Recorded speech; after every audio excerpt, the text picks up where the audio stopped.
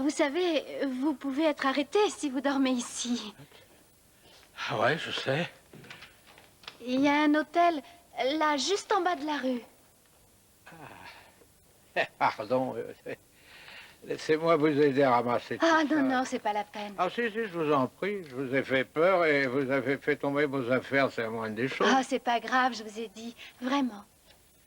Écoutez, madame, je sais ce que vous vous dites.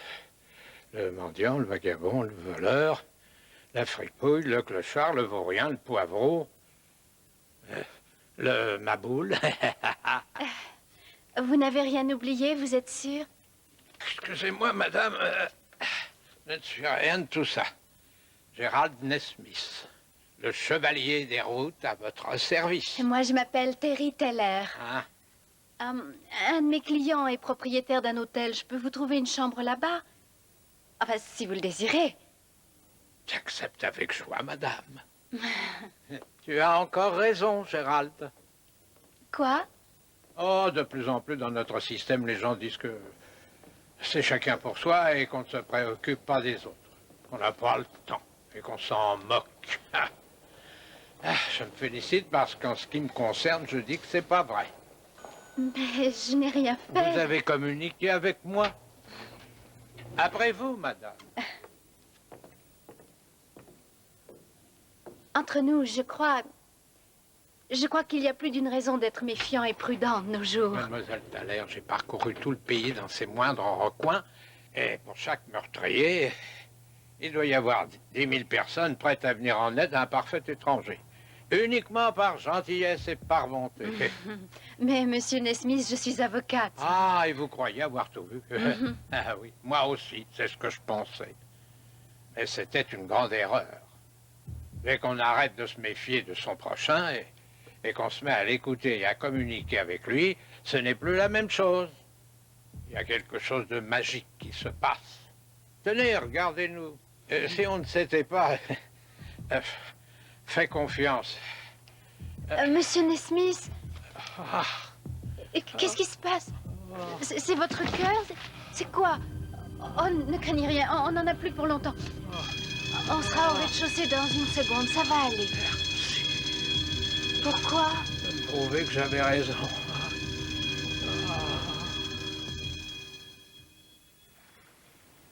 Lettre au juge des successions. Nous présumons qu'il n'y a aucun testament, car nous n'en avons trouvé aucune trace au registre, et nous ne pensons pas nous tromper en affirmant que l'héritage, s'il en existe un, ne sera pas important. Terry, Oui, tu sais où est TS? au terminus des bus. Le coroner a trouvé une clé de consigne sur le corps de monsieur Nesmith. Alors tu vas t'occuper de la succession de l'alcoolique? C'était un homme charmant, figure-toi.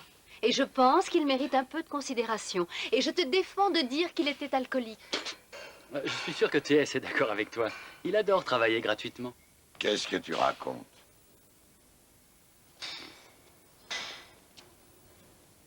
L'héritage de Gérald Nesmith.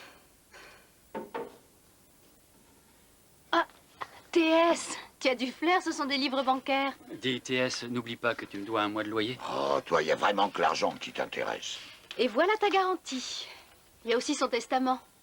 Il désigne un homme qui s'appelle Junior G comme seul bénéficiaire. Et il le décrit comme un gentleman de la rue qui a élu domicile de façon saisonnière à la mission Starlight. Je le trouverai.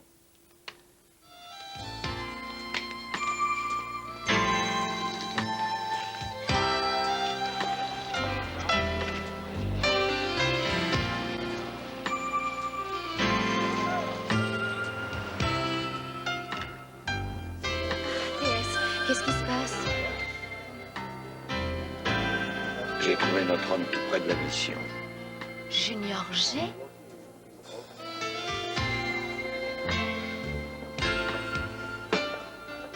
Vous connaissiez Gérald Nesmith?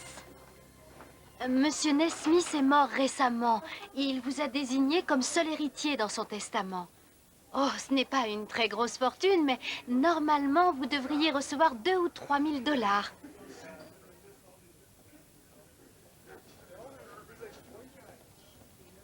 Je ne suis pas sourd. J'ai entendu ce que vous avez dit. Seulement, je n'apprécie pas beaucoup d'être malmené par un détective privé pendant ma sieste, c'est tout. Vous avez entendu ce que j'ai dit à propos de l'argent? Oui, je suis pas stupide non plus, mademoiselle. Qu'est-ce que je dois faire pour l'avoir? Vous n'avez rien à faire, juste attendre que le testament soit homologué. Oui. On commence à se geler dehors. Dans quelques semaines, on sera en plein hiver. Vous savez ce que ça signifie? La neige. Oui. La magnifique neige blanche. Et nulle part où dormir.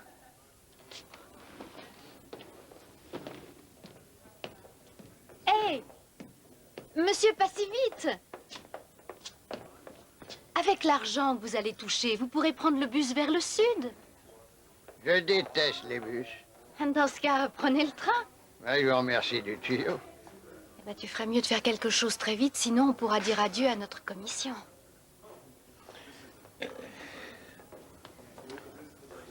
Junior, je crois que j'ai l'endroit qu'il vous faut pour éviter de finir en glaçon. Oui. Eh bien, on peut toujours en parler.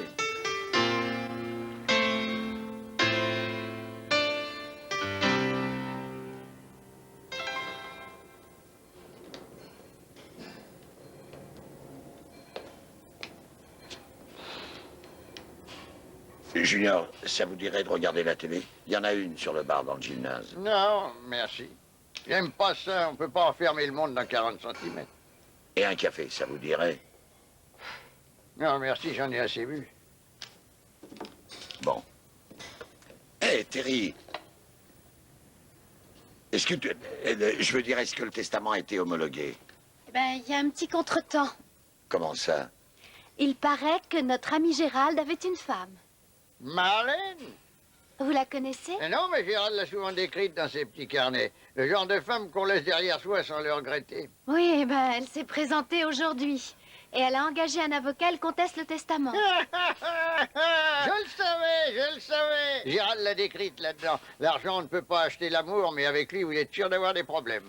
Junior, est-ce que Gérald vous avait parlé d'argent caché quelque part ou placé? Ah non, on parlait jamais d'argent ensemble. Gérald détestait ça. Bien.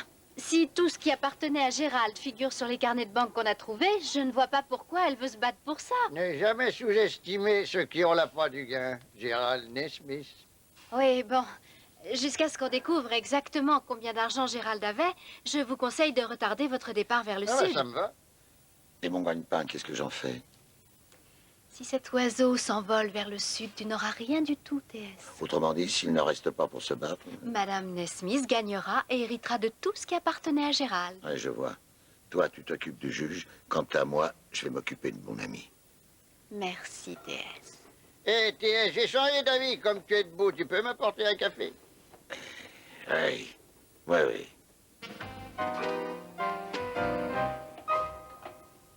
Veuillez continuer, Madame Nesmith.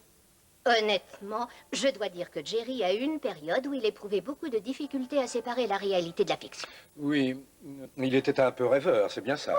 Oui, en quelque sorte. Dès qu'il y avait quelque chose de nouveau ou à la mode, vous pouviez compter sur Jerry pour être présent et pour l'essayer.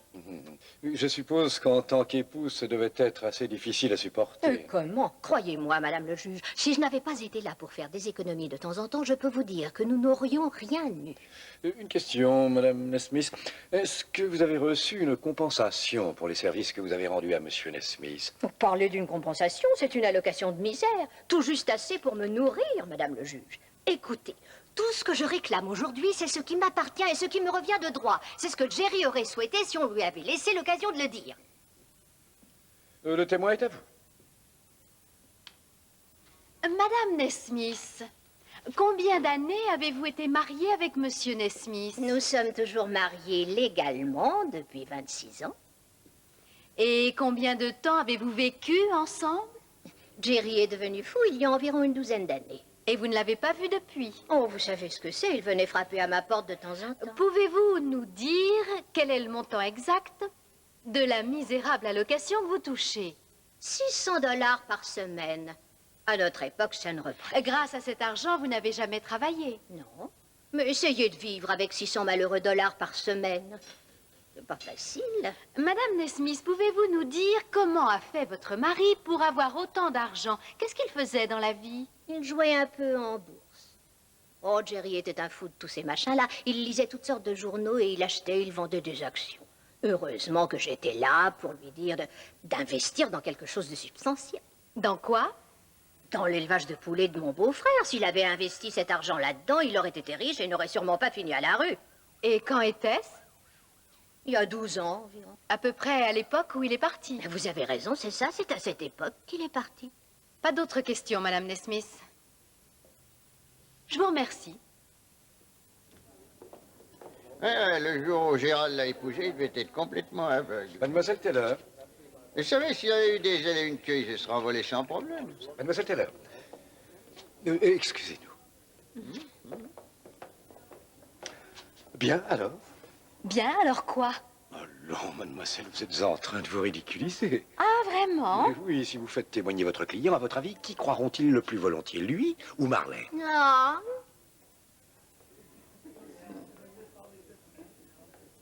Le cri du cœur. Oui. Vous devriez réfléchir à tout ça, car j'ai l'intention de prouver que votre cher monsieur Junior a fait pression sur Nesmith pour l'obliger à changer son testament. Enfin, voyons Gilmore. Entre nous, au début, je voulais qu'on trouve un compromis, mais plus maintenant. Maintenant, je veux plus. Je veux tout ce que Nesmith a fait. Là. Au revoir et à demain, mademoiselle Taylor. Marlène.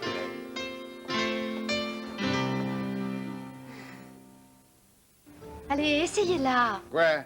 Mais c'est pour vous, essayez-la. Je déteste porter ces trucs-là. Ah, je sais, j'ai remarqué. Elle est trop grande. Ah, un homme dans votre position doit s'habituer à ce genre de choses. Quelle position? J'ai reçu le montant exact de l'héritage. Alors, qu'est-ce que vous en dites? La veste, ça peut aller, je crois. Ah, mais qu'est-ce que vous pensez de ça? Il y a beaucoup de zéros. Hein. Vous êtes riche, Junior. L'argent n'a jamais fait le bonheur, vous savez. Ah, mais ça y contribue. Je sais pas si je veux tout cet argent. Quoi? Et regardez ce qui m'est déjà arrivé. Je suis arrivé ici, je devais rien à personne. Et me voilà en costume très élégant. À présent, je passe mes nuits au chaud. Et puis je fume des cigares que d'autres personnes achètent pour moi. Il y a une semaine encore, si vous m'aviez croisé dans la rue, vous m'auriez pas remarqué comme la plupart des gens, et maintenant tout le monde me connaît. Vous savez pourquoi? Parce que j'ai de l'argent. Et parce que je fais illusion. À cause de tout ce fric que je veux pas. Je crois qu'il est temps que j'arrête. Écoutez, Junior, vous avez raison à propos de l'argent et du reste, mais ce n'est plus aussi simple à présent. Comme vous vous êtes déjà présenté au tribunal, si vous partez maintenant, nos adversaires pourront vous poursuivre. Vous devez raconter votre histoire au tribunal. Vous devez tout leur raconter, Junior. Gérald et moi, on a voyagé dans tout le pays. On l'a traversé 3 fois ensemble. On était heureux, pas de dette. La plupart du temps, le ventre plein.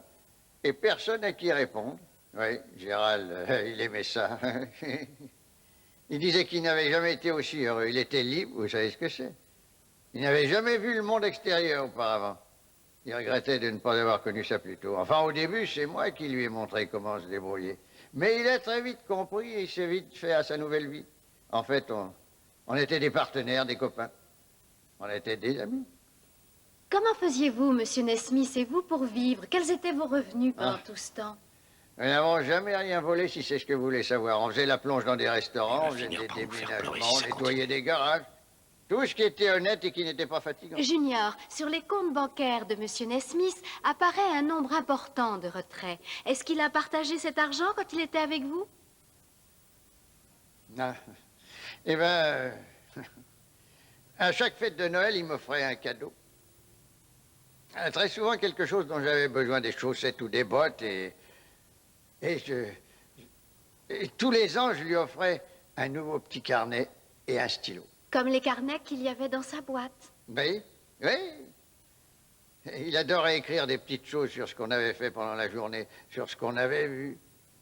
Faute d'avoir une caméra, il avait ses carnets. Et qu'est-ce qui est arrivé à ces carnets, Junior? Ah, il les gardait tous. Ils étaient tous dans sa consigne. Merci, Junior. Monsieur Grayson, vous prétendez que vous et Gérald de Nesmith, vous n'avez jamais rien fait d'illégal, c'est bien ça? Pourtant, j'ai entre les mains une photocopie de votre casier qui est assez impressionnant. Oui.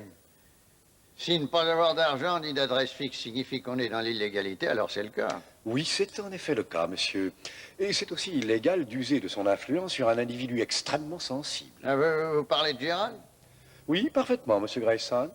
Franchement, ça ne vous paraît pas un peu étrange qu'un homme millionnaire quitte son foyer, le confort d'une maison, une femme chaleureuse, pour aller vivre dans la rue comme un clochard? Non, pas quand je la regarde. Et est-ce qu'il ne vous paraît pas étrange qu'un homme fortuné laisse tout son argent à la personne responsable de sa déchéance et de sa descente aux enfers? Soyez honnête et répondez-nous franchement, monsieur Grayson. Oui, c'est ce que Gérald représente pour vous? Ah, c'est là où vous vous trompez. Ce n'était pas Gérald Nesmith, c'était vous. C'est vous qui l'avez obligé à rester avec vous. Il était contraint de dépendre de vous. Vous l'avez obligé à réécrire son testament quand vous avez découvert qu'il n'était pas l'un des vôtres, mais qu'il avait de l'argent. Voilà, monsieur Grayson, c'est ça l'explication. C'est ça qui est l'explication la plus logique et la plus sensée pour ce qui est arrivé à Gérald Nesmith. Merci, monsieur Grayson. Non, tout ça est faux. Madame la Présidente, je n'ai pas d'autres questions pour le moment. Néanmoins, je crois que nous avons clarifié la situation de ma cliente, Marlène Nesmith. C'est à elle que revient l'argent laissé par son défunt mari qui a bien failli être détourné par cet homme qui est ici et qui a voulu s'emparer des biens de celui-ci. Après l'avoir entraîné avec lui, il l'a forcé à changer son testament en sa faveur. C'est une évidence pour nous. Votre honneur. Est-ce que cette attente est bonne ou mauvaise? Ça dépend, Junior. Vous voulez quoi? Parce que j'ai toujours voulu sortir d'ici et retrouver la vie que j'avais avant.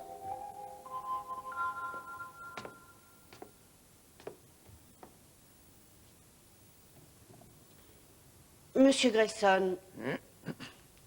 Monsieur Grayson, est-ce que vous voulez ajouter quelque chose pour votre défense? Oui, votre honneur.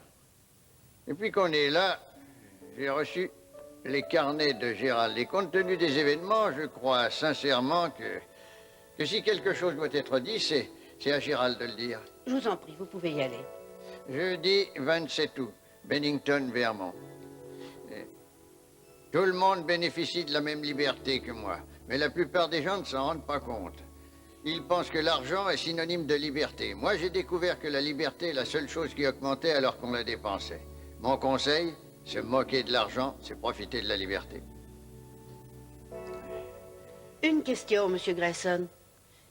Qu'est-ce que vous feriez si vous receviez l'héritage que Monsieur Nesmith a laissé? Eh ben, probablement que je garderai les carnets et je donnerai le reste à ceux qui en ont besoin.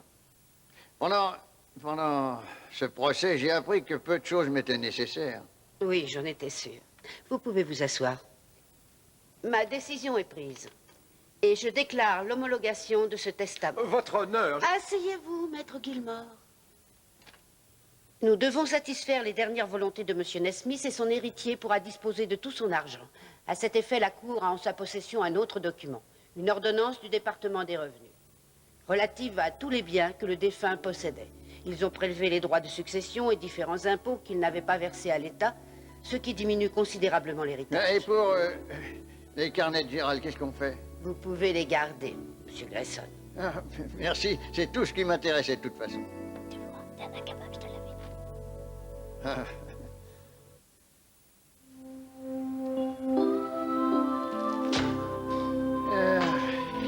Eh ben, ça y est, Necker. Vous avez payé votre loyer, je n'ai pas eu à me plaindre de vous, mais je suis triste de vous voir partir.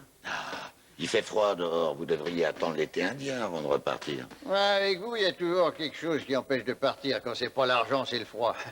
Les seules choses qui restent, quoi qu'il arrive, ce sont le temps et la route. Je suis contente d'être arrivée avant votre départ, Junior. Regardez, lisez ça. Ça vient d'un éditeur et il veut acheter les carnets de Gérald. C'est une offre extraordinaire. Dommage que je les ai brûlés. Quoi? Vous lui direz que le vieux poivron a brûlé les carnets. Écoutez, Junior, vous n'avez rien à faire, je vous assure. Vous pouvez me donner tous les pouvoirs. Non, je vais faire mieux que ça. Je vais vous donner ces carnets. Voilà, c'est à vous de décider. On se verra quand le temps sera levé. Prenez soin de vous, Junior. Ouais. Et maintenant, qu'est-ce que j'en fais? Si j'étais toi, je les lirais et je déciderais.